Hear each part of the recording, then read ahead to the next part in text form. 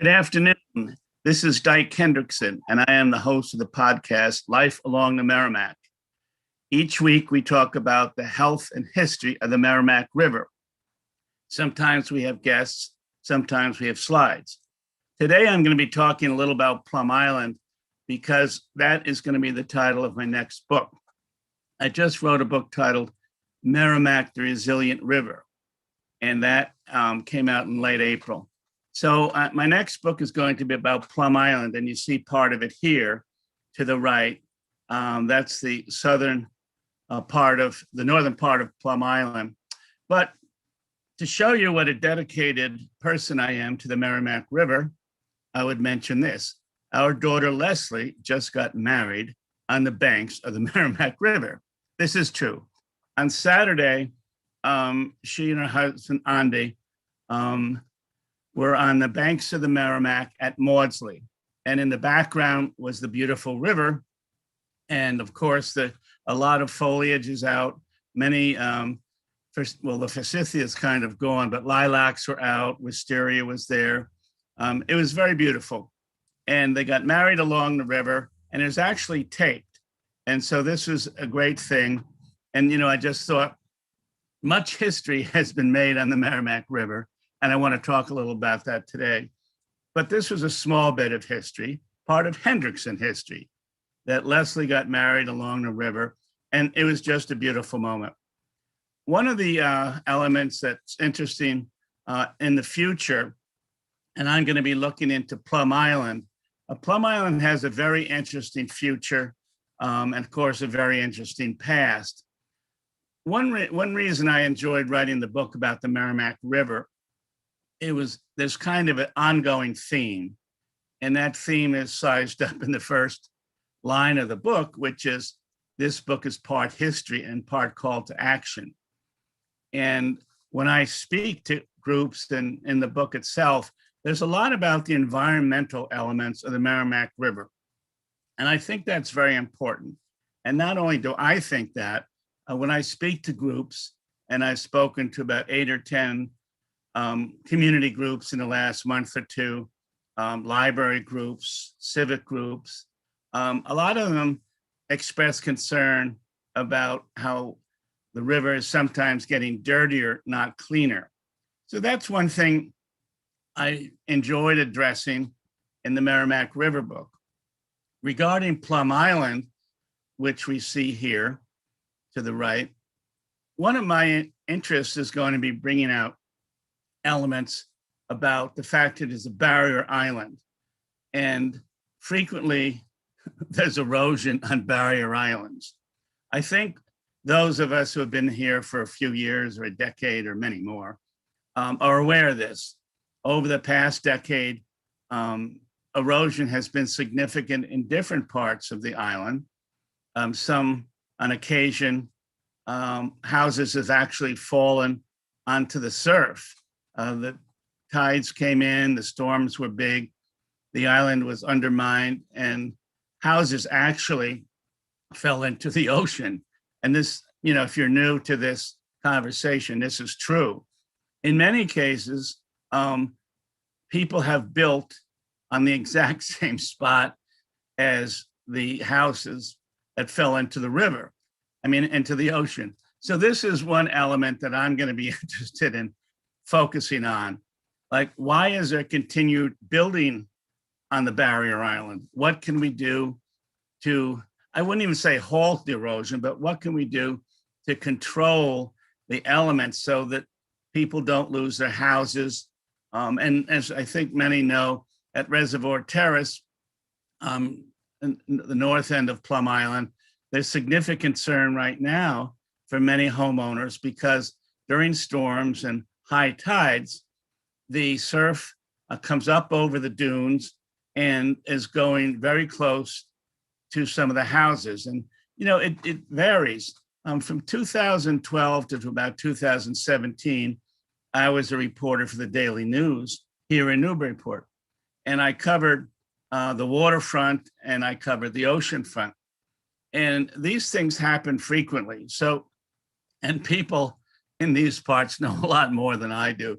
You can go back a long time and find many examples of erosion, of storms, of snowstorms, all these things. So this is on my mind as I ponder writing my next book, which is going to be the Merrimack River and Plum Island. And one of the remarkable things about Plum Island is how many shipwrecks have taken place at Plum Island over the years. And when I say years, I'm going back to say 1772. There's a beautiful graphic at the Maritime Museum here in Newburyport, which shows where these shipwrecks occurred. I think it's from 1772 to 1936. And there's scores of them. In fact, I think there's about 150. So when we think about, oh, there were shipwrecks out there, the number of shipwrecks is phenomenal. And I want to get into that a little bit. Of course, the Merrimack has always been difficult for mariners, and it still is today. In this slide, you can see a sandbar. And frequently people who come to the Merrimack in Newburyport are not aware of that. And if they're coming along the south end, as you can see, and it's at low tide, they are in bad trouble. And sometimes they get caught in the sandbar and either are pulled off or have to wait till the next tide. So that's a very interesting element that I'm going to just look into, the number of shipwrecks that occurred. There was also a wonderful period of time where there was a camp out on the southern end of Plum Island that is a summer camp for people with significant, for youngsters with significant illnesses such as polio. And I know I've read accounts of that. It's a beautiful story. And this was a great time for these teenagers and young people. You know, they could be in the sun. There was a pool at the time. There was a lot of supervision. And they were with a lot of youngsters who were in the same situation as they were. So I want to look at that very interesting period of time. And of course, I think one thing I'd like to do about Plum Island is look at some of the remedies that have been put forth in recent years to hold back the erosion and the storms. Now, about 3 or 4 years ago, down at the Newbury end of the inhabited part of Plum Island, a group of homeowners got together and aggregated an enormous amount of granite boulders and put them in front of the homes.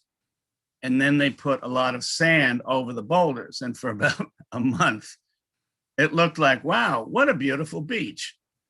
Because, you know, you only saw the beach, you saw the sand.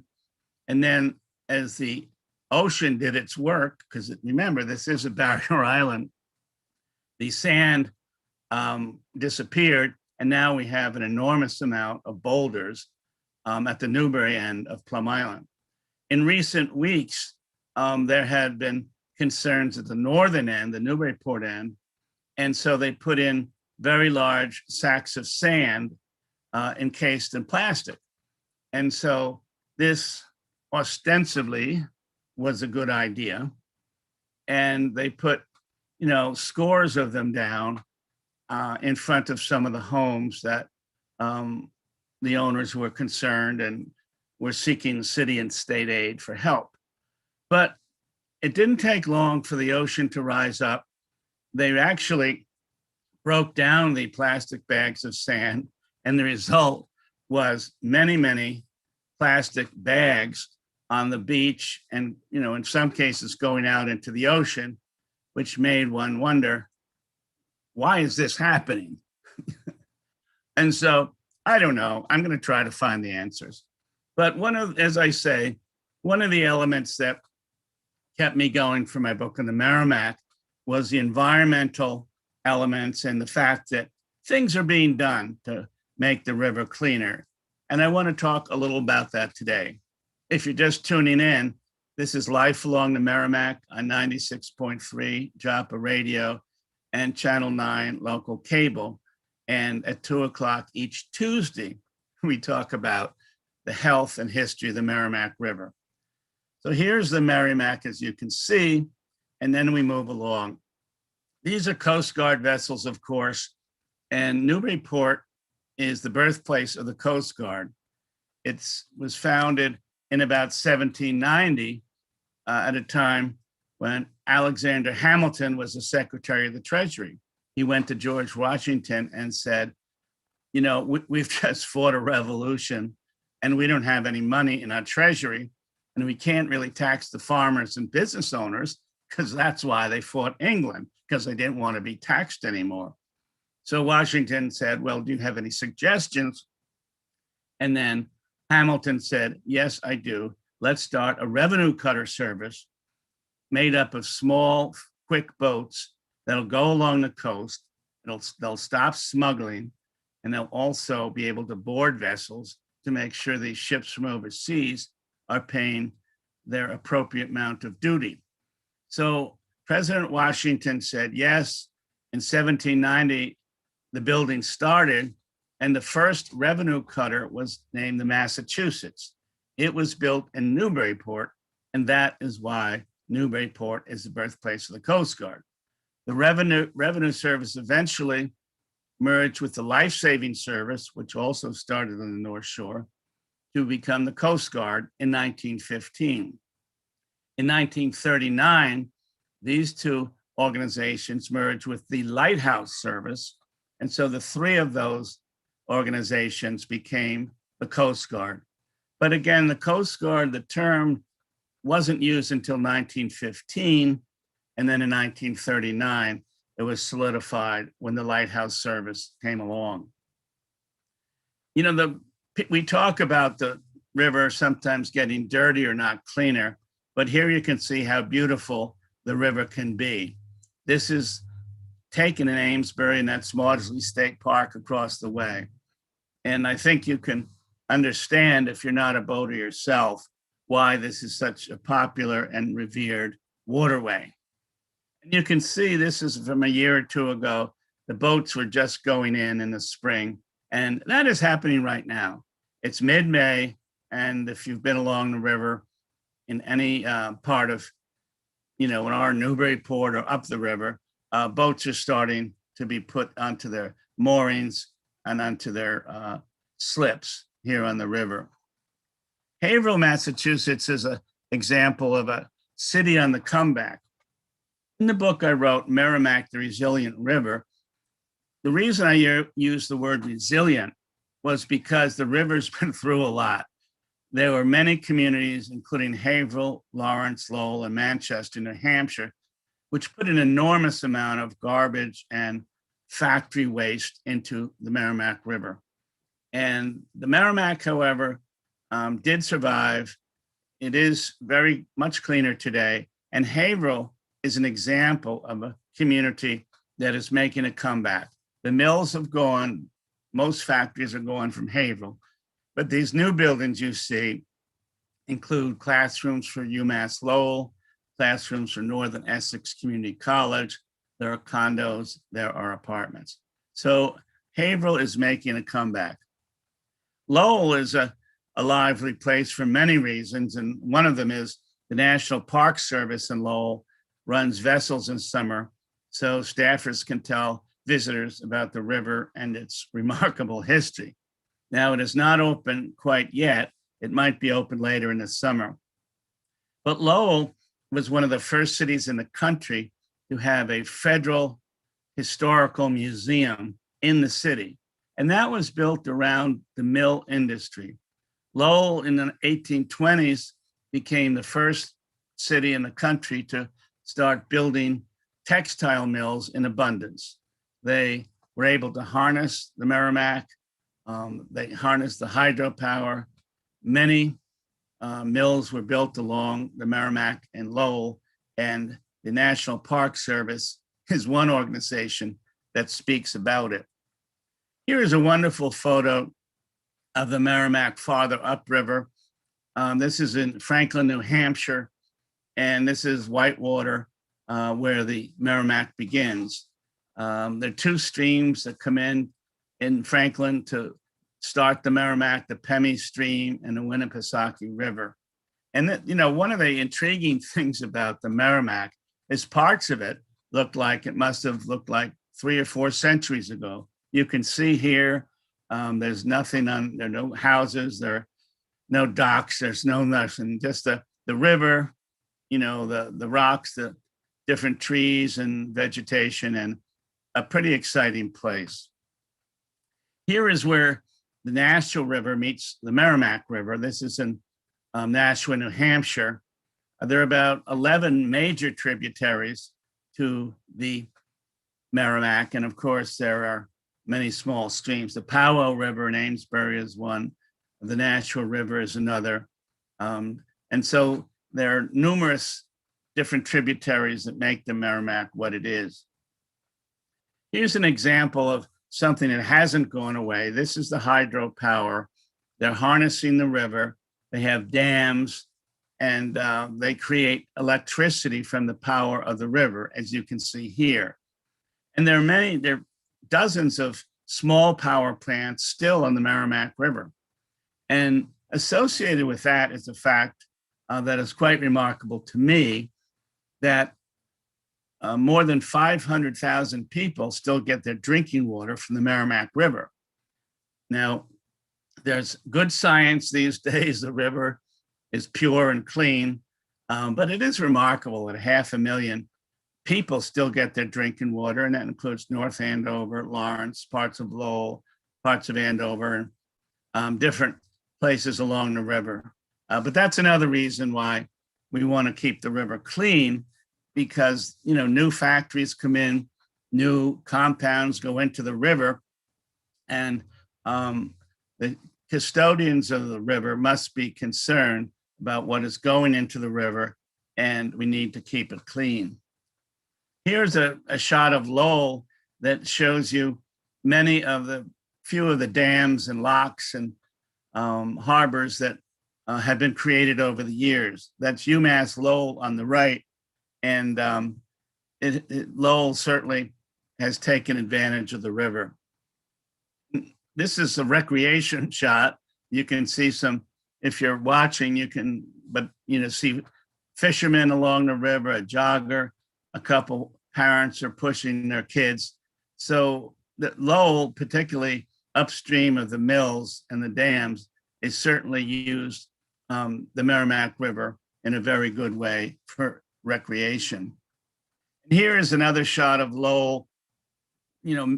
Millions of bricks were used over the years. And I keep saying, if I ever run out of ideas for a story, I think I'll do a story in the brick making business a century or two ago. Because if you've driven past Lawrence, Massachusetts, or you're looking at this photo in Lowell, you can see how many bricks were used during the period of time when the mills were going in full tilt. Manchester, New Hampshire is the largest city on the river. It also is the largest polluter on the river. But I must say, there was about 6 months ago, there was an important agreement made between the city of Manchester and state and federal environmental officials to clean up parts of the Merrimack River in Manchester. It's going to be a 20-year program. It's going to be $132 million, a lot of it federal loans, low interest loans. But Manchester is an example of a city that is trying to do better and clean the river. Now, Haverhill, Lawrence, and Lowell are also under the watch of environmental officials. They're on record that they have to clean up. Now, of course, if you went to a city council meeting in any of those communities, they say we don't have the money. But in fact, there is federal low interest loans, and environmental officials are trying to push those three communities into a program to clean the effluent that goes into the river. One of the exciting things that took place in the summer of 2019 was the Voyagers, a group of elected officials and governmental leaders who went down the river all the way from Franklin, New Hampshire. It's 117 miles from Franklin, and they got all the way to Newburyport. It took them 4 days, but they got there. This is State Representative Jim Kelcourse in the lead. He represents Amesbury, Salisbury, and Newburyport. And behind him is Lane Glenn, who was the president of Northern Essex Community College. Here's another picture of the voyagers. They're coming down the river. It's a little more leisurely here, I would think.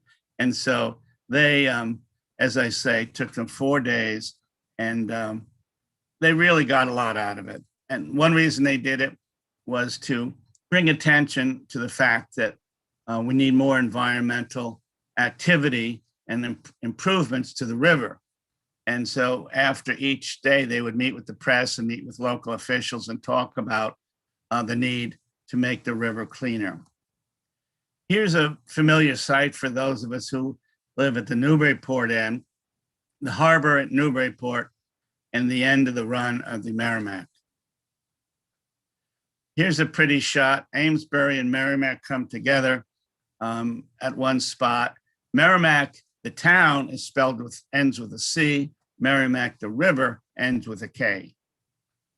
Fishing has disappeared a bit over the years.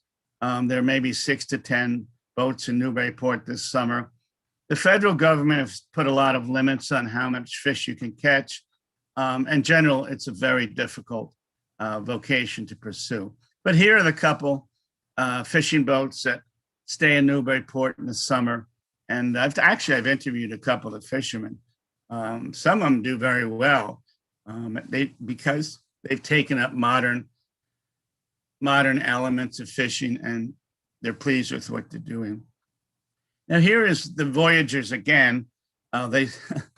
These two look like they're having a good moment. That's Jim Kelcourse in the stern and State Senator Diana DiZoglio in the bow.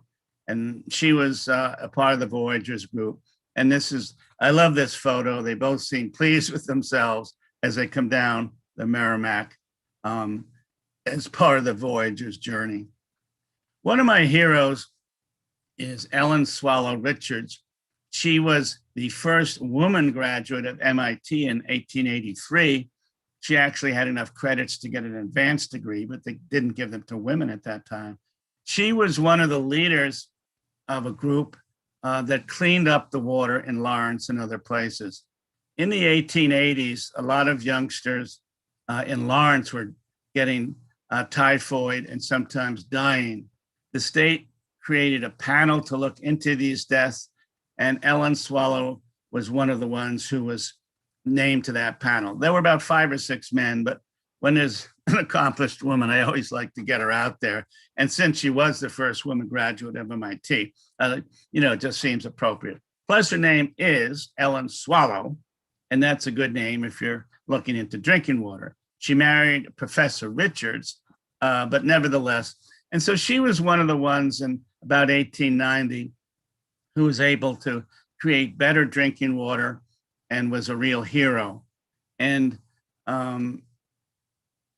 I think we still owe a lot to them and other environmental pioneers.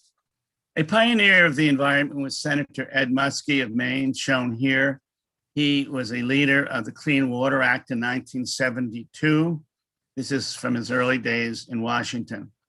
He had run for vice president with Hubert Humphrey in 1968. He did not win. He ran tried to be the presidential candidate in 1972. He did not win, but he kept up his desire to have cleaner water. He grew up in Rumford, Maine, on the Androscoggin, and he knew what dirty water was about. And he was able to help pass the Clean Water Act of 1972. And that's when all of us really did better. The Merrimack River was terribly dirty in the 30s, 40s, 50s, and 60s. Not to say before that, but the Clean Water Act gave federal money to communities so they could build sewage treatment plants and so they could have regulations as to what industries could put in the river. George Mitchell, shown here, was also very important. In 1987, President Reagan wanted to get rid of the Clean Water Act. So Mitchell said, look, if you don't want to give the money to communities, how about low interest loans? So that did pass, and they're known as the 1978 amendments to the Clean Water Act of 1972. Paul Tsongas was a champion of Lowell and the Merrimack River. And I love this photo. If you're listening, it's Paul Tsongas, his two young children, and his wife, Nikki Tsongas. And she, of course, served in Washington after his death. He died in 1997 at the age of 56. And here is his gravesite adjacent to the Merrimack. Here is the Whittier Bridge on the Newburyport-Amesbury line. It's close to $300 million. I think we've all seen it, but if you've ever crossed it, they actually have a bicycle path / walking path on it. Mayor Donna Holliday of Newburyport was one of those who was instrumental in making sure there was a path for bikes and people. Here is something we don't want to see: water runoff pipes that drop foul water into the river. Now, this is not from the sewage treatment plants. This is from pickup from streets, but you can see these shopping carts, and you can just see that this is part of the river that folks are trying to clean up. In Newburyport, this is again a pipe to your lower left. That is not from sewage treatment plant. It is from the streets, probably starting on High Street. It picks up rainwater, but of course there's all this gas and petroleum, beer cans, I'm sure. A lot of debris goes into these pipes and it goes into the river. Folks are trying to stop that. Here's a wonderful shot, an aerial shot for you listeners. We're looking at part of the area of Amesbury towards Haverhill, a beautiful shot, but you can also see how much development is going on in this part of the North Shore. And, the federal officials say the more trees that are taken down, the more fields that disappear to housing developments, makes it the river more vulnerable, because there's less chance of the water, to be kind of filtered by trees and grass and natural elements. The Merrimack River can be beautiful in many areas, and here's a picture of the Newburyport-Salisbury Bridge at sunset by Dan Grovac, who is actually the chair of the board of the Merrimack River Watershed Council. A beautiful shot. Diana DiZoglio, the state senator, we've talked about her before, and she's done a lot for making the Merrimack a better river. She was instrumental in getting the Merrimack River Commission created, and she is seeking federal money for low interest loans. Now, I know you didn't expect to see a smiling face of Richard Nixon, but here he is, Nixon on the left, Hubert Humphrey, and Ed Muskie. The three of those worked to create the Environmental Protection Agency. It started in 1970, which is, of course, on Nixon's watch. Now, Nixon turned out to be quite a bit of a rogue as a result of Watergate, but his name is on the EPA for starting that organization in 1970. Of course, when Ed Muskie was able to pass the Clean Water Act bill in 1972, Nixon actually vetoed it. He did. But in those days, there was more bipartisan work together, and the Senate and the House overrode the veto, and we got the Clean Water Act of 1972. This is the end of my presentation. It's the Merrimack River, looking upstream to Amesbury. Here is a couple shots of what the cover of my book looks like. It starts to, as you can see, up in New Hampshire with that fast running water, and ends in Newburyport and Salisbury. And I would mention Salisbury, the great marsh that includes Salisbury, is the largest marsh north of New Jersey, which means New England. And it also is a great asset, as you would think, for insects, for birds, for fish, for everything. So that is what we think about when we do the podcast. This is Life Along the Merrimack. This is Dyke Hendrickson. We talk about the river every Tuesday at 2 o'clock from 2 to 2:30. I appreciate you being here. And I've mentioned in the future, I'm going to be looking more into Plum Island, which of course is right adjacent to the Merrimack River, and talking about the history and health of Plum Island. I think if you live on the North Shore, you're vitally interested in the river, in the ocean, and Plum Island. So those are my marching orders, although I must say that's a mixed metaphor. Those are my paddling orders to myself in the future. Learn more about Plum Island, see if I can rustle up a book about it, and I will be back on this podcast in coming weeks talking about Plum Island and the river. Thank you very much. This again was Life Along the Merrimack, 96.3 radio, channel 9 on local cable, and we will be together next week at 2:00. Thank you.